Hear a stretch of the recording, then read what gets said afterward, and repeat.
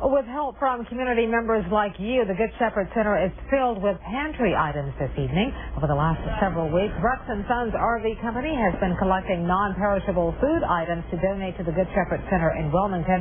This morning, they delivered it all, more than 1,300 pounds of various food and drinks.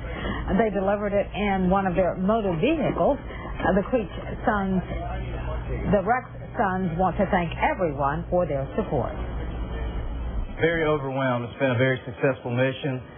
Really appreciate all the donations that the community has brought, and we filled this motorhome up. Awesome. Yeah, very humbling experience.